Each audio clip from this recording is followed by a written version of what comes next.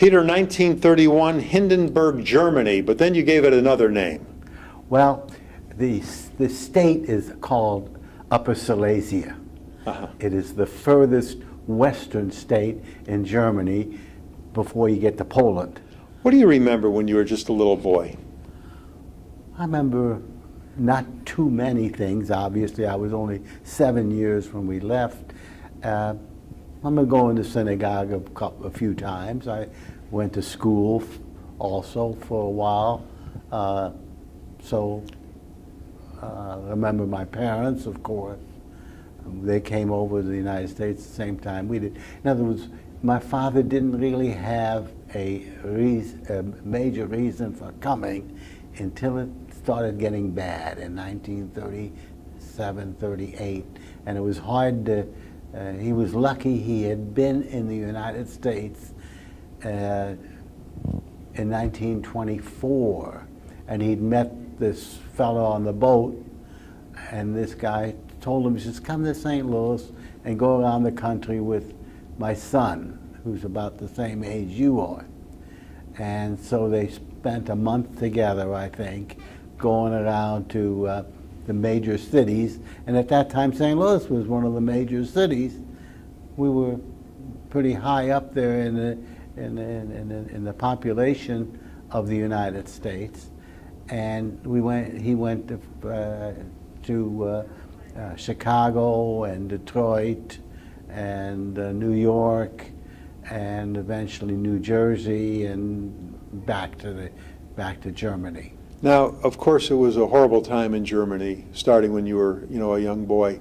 Not a young boy. No, it wasn't a horrible job. It wasn't bad. We were quite well off, and I don't remember too many bad things in Germany. One time, I think I was hit on while walking near my parents' store, near my mother's store actually, and so your folks were somebody. They were business owners. They were business owners. Right. My father started a fabric business, and it was called. My name was different in those days. It was always Peter, but my last name was Weichmann, Weichmann, and my father had a business called Seidenhaus Weichmann. It was Silk House Weichmann, and he did fairly well for himself, and he was pretty successful. And my mother was even more successful. Came from a family that I think in 1871 they started the business. What kind of businesses were these? Well, the first one was just a fabric store. Right. And I guess my mother's business was maybe a junior department store. Oh, okay. And probably one of the biggest stores in the city. And they were quite well off, and and basically my father was just going to forget about it, and they're not going to keep this idiot Hitler in power very long, and so he was going to wait it all out. But it got worse and worse, and finally he decided that he had to leave. So getting out was not so easy. I mean, getting out was easy. Finding a place to go was much more difficult. And as I was saying, luckily he had made a friend in the United States in 1924. Right. And so he asked them for a visa, and we got a visa from him, and the whole family took off, and we came over here actually in a luxury liner.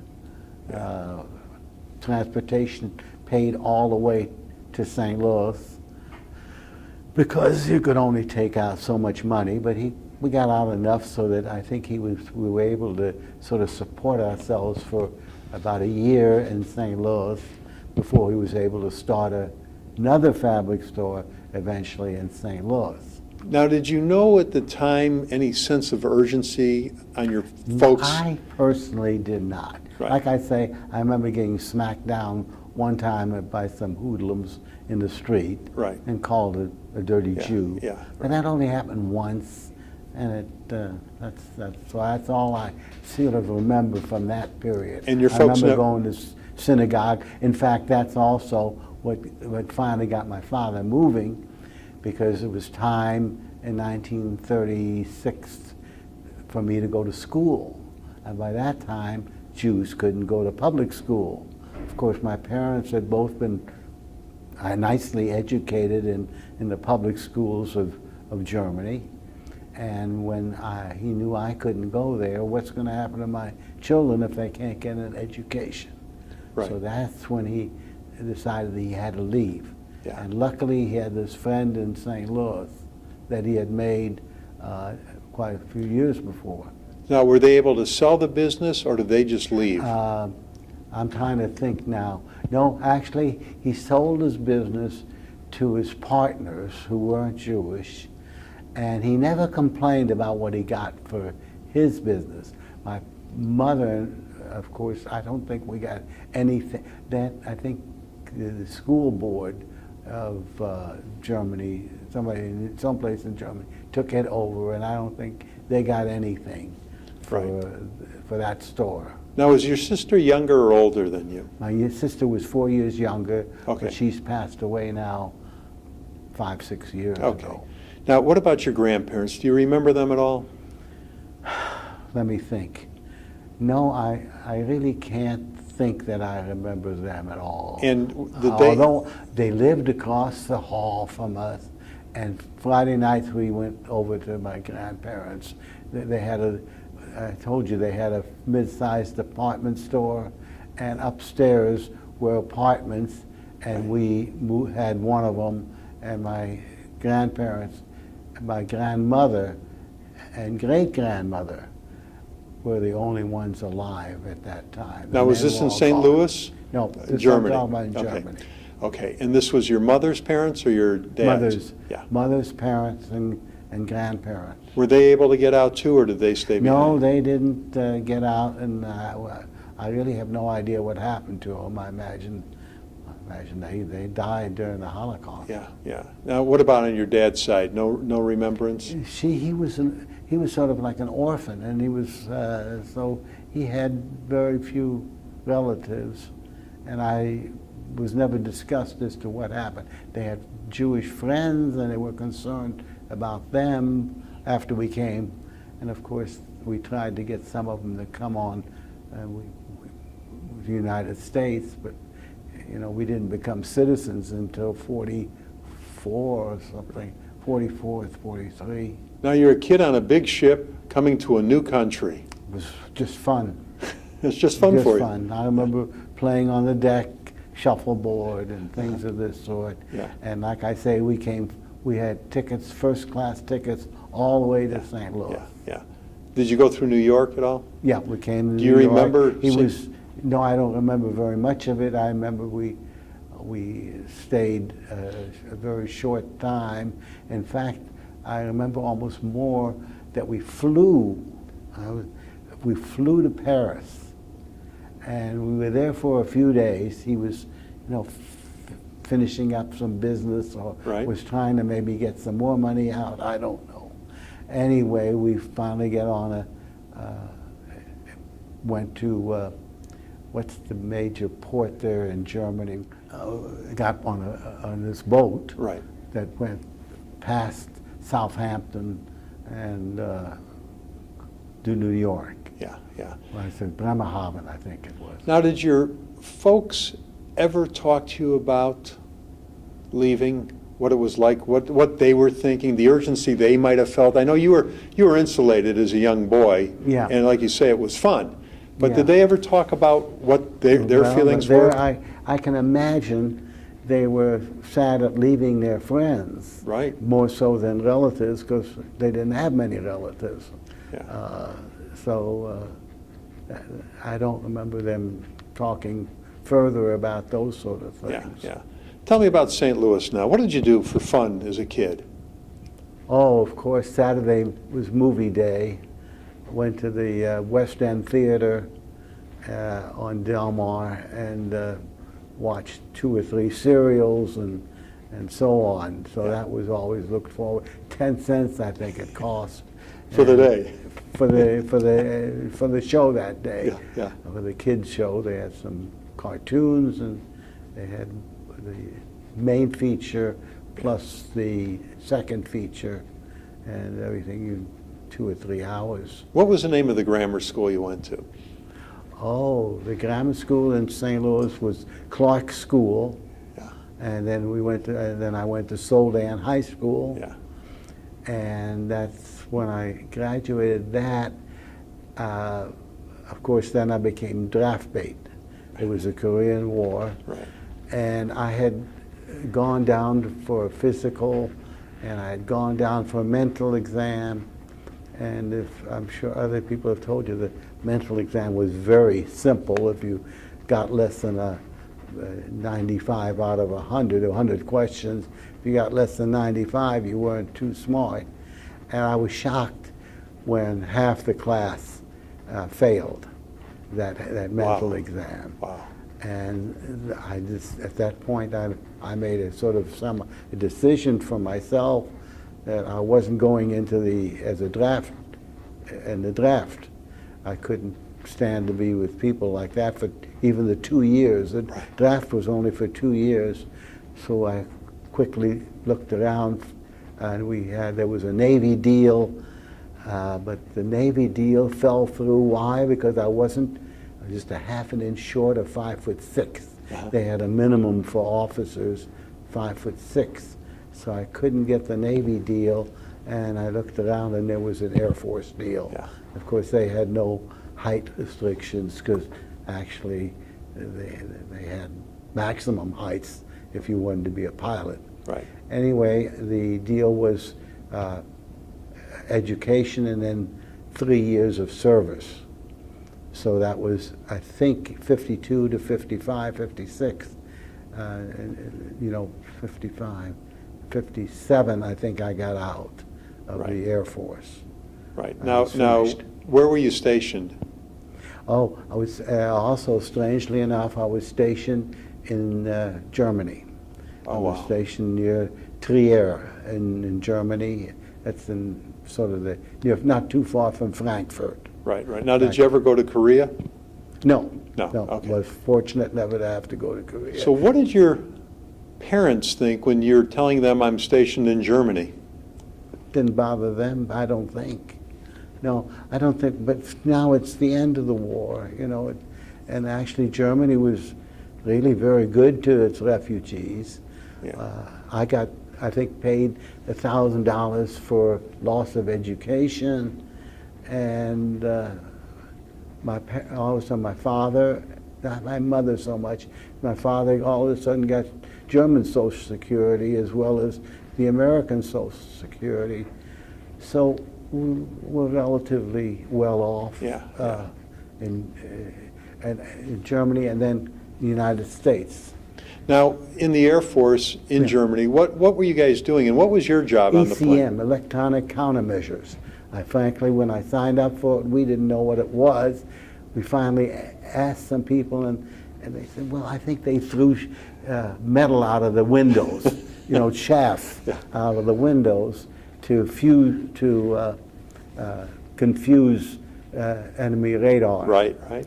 So that was sort of all I knew about ECM, electronic countermeasures. Were they preparing you to go to Korea? Not really. I was in probably too late Right. to go to Yeah. Korea. But I was able to be near the top of the class when I was going in the Air Force, and that, of course, gave you an advantage. You had your first choice of assignments, and that's why I was very fortunate that my class of maybe 20 people, 10, 20 people, most of them were being sent to Germany, and you got to choose that. Right, So right. I got to choose to go to Germany. Others didn't want to leave the country. What was the aircraft you flew on? B-25s, Right. B-25s, Yeah. which were two-engine bombers, light bombers. And on those aircraft there were two reconnaissance seats where you listened, and you listened to the enemy radar, homed in on it, found out what the direction was. Then we'd go a little further and we'd home in on it again so we could triangulate on the enemy radars. In those days, I guess it was Russian radars. Yeah. And what type it is, by the frequency and by the characteristics of the radar beam, we could tell what type of radar it was also. Yeah. And these things were all recorded, and the Air Force kept track of them. Now you come home and you leave the service. What do you get into?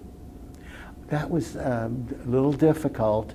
Luckily, I learned electronics because of ECM and the work we did. So I went to work for Emerson Electric. Mm-hmm. Meanwhile, my father started the business again. Right. And of course, he started the fabric business again now in St. Louis.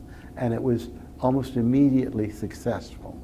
So that I was planning to go into my father's business, which never really happened because I liked the electronics. Well, when did you meet Louise? I met Louise when I was at school. I went to Philadelphia Textile Institute because in those days you did what your parents told you to do, and my father asked enough questions while he was in business, which is a good textile school, and they say, well, Philadelphia Textile is probably the best. So you met Louise before you left for Germany? We got married in '52, right after I was drafted. I got married in December 25th, because there was one day you could get a place to get married at. And so I married Louise just a few months after I got into the Air Force. Yeah, yeah. So when you returned home, where did you guys settle down? Well, of course, we went back to St. Louis, and by this time I was ready to go into my father's business.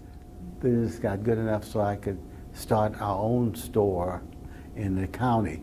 The original Winston's Fabrics was in downtown and in Clayton when Louise and I started our branch of Winston's Fabrics.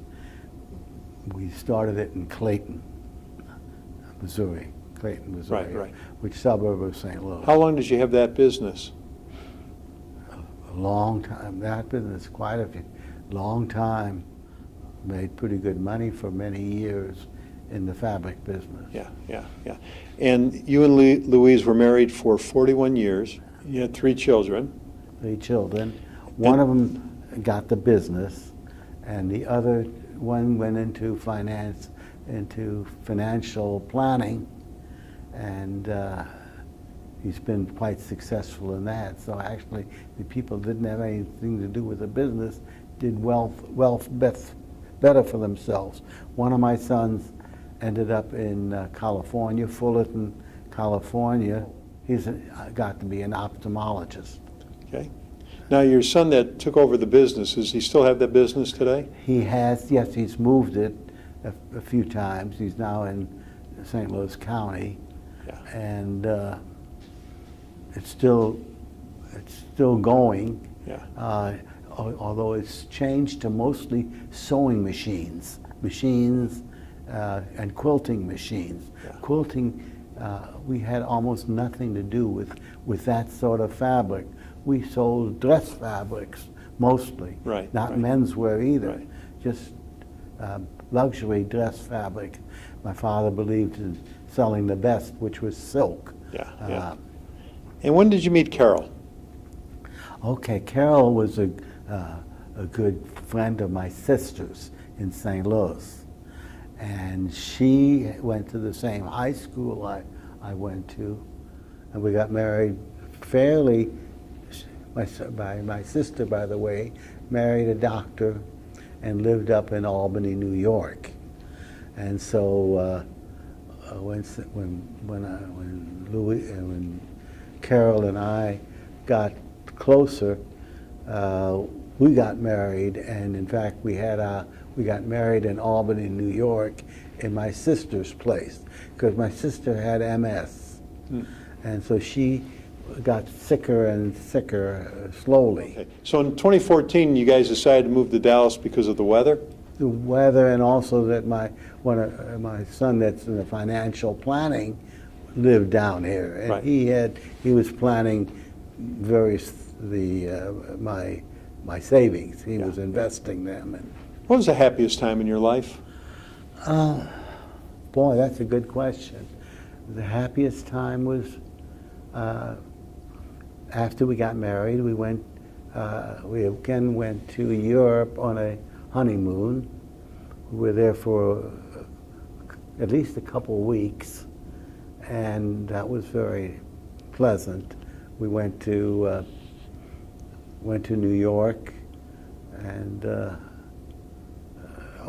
we went to Dijon. Flew into New York, took a train to Dijon, took a boat up the river, and then got back to the airport and back to St. Louis. Was there an invention in your lifetime that came along that you went, wow, how did we ever get along without that? Well, the automobile, of course, TV, of course.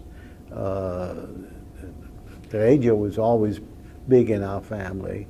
For many years we didn't have a TV, but eventually we got a TV and a bigger TV, and so... Yeah, they started out a little bit smaller than they are today. A lot smaller, yes. Yeah, yeah.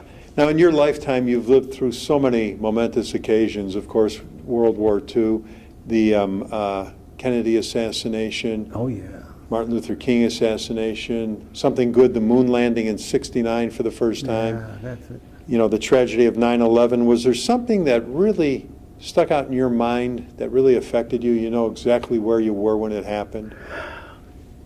I guess our marriage. Yeah. Our getting married. I knew where we were.